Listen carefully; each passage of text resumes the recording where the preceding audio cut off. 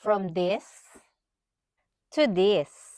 Sobrang mura lang niya kung tutuusin, pero ang laki na ng binago ng mga content ko, mga videos ko using this. Ito na ang solusyon para gumamit tayo ng back camera at makapag-provide ng quality content sa mga ginagawa kong videos ngayon. Simula nang nabili ko 'to, back camera na talaga yung ginagamit ko. So ngayon, front camera yung ginagamit natin. So ipakita ko sa inyo. To this.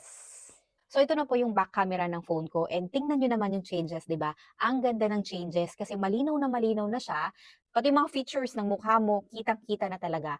And kapag nagpo-promote ka ng product, maganda na din. Kasi maganda rin yung autofocus niya, oh, dahil nga back camera na yung ginagamit natin. At saka kapag nagpapakita ka ng product, hindi na siya baliktad. So kahit i-promote mo siya ng ganyan, as is na siya. Hindi mo na kailangan i-edit or gumamit pa ng mga mirror filter.